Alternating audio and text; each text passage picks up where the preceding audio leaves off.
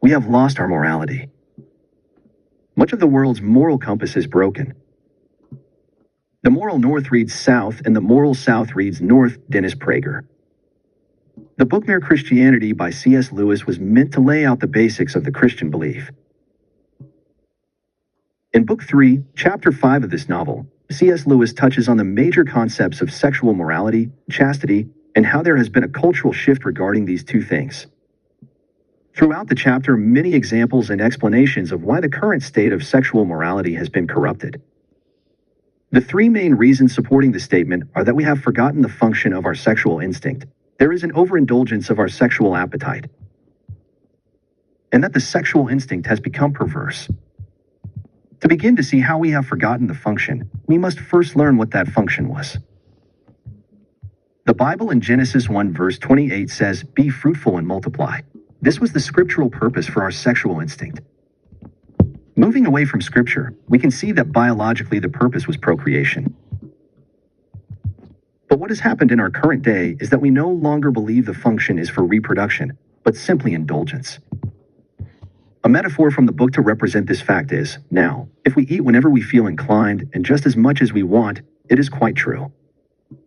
Most of us will eat too much, but not terrifically too much. One man may eat enough for 2, but he does not eat enough for 10. The appetite goes a little beyond his biological purpose, but not enormously. But if a healthy man indulged his sexual appetite whenever he felt inclined, and if each act produced a baby, then in 10 years he might easily populate a small village. This appetite is in ludicrous and preposterous excess of its function. Based on this quote, it is clear to see that we have had a rise in hookup culture and a decrease in chastity, and this has led us to forget the purpose of our sexual instinct. There has been an increase in the indulgence of our sexual appetite. Starving men may think much about food, but so do gluttons, the gorged as well as the famished.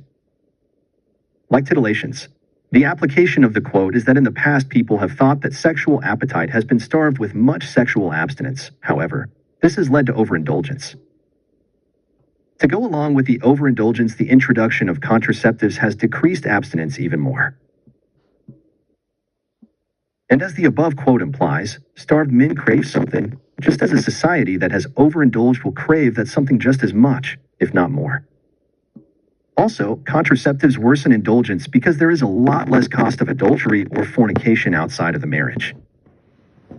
In today's age, we have become gluttonous when it comes to indulging our sexual appetite. Add to this the invention of contraceptives, and you get very little sexual morality.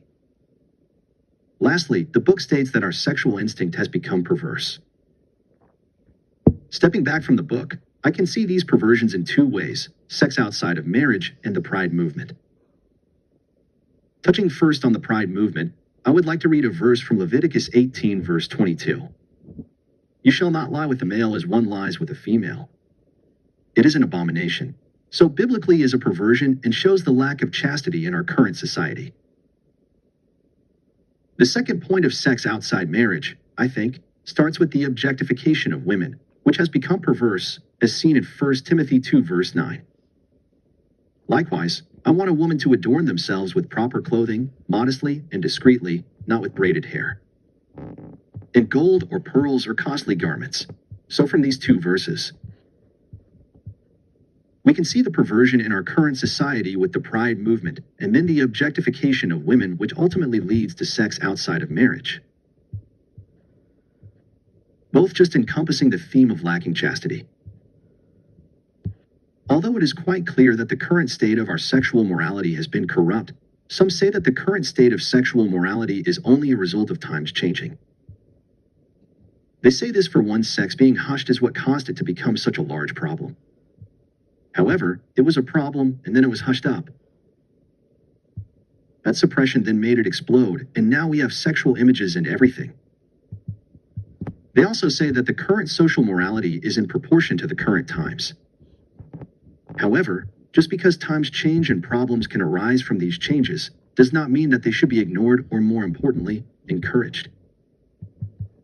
To conclude, the current state of sexual morality has been corrupted because we have forgotten the function of our sexual instinct. There has been an overindulgence in our sexual appetite, and our sexual instinct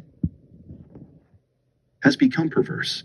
The fact that we have forgotten the function of our sexual instinct is clear in our indulgence of this appetite and the rise in hookup culture.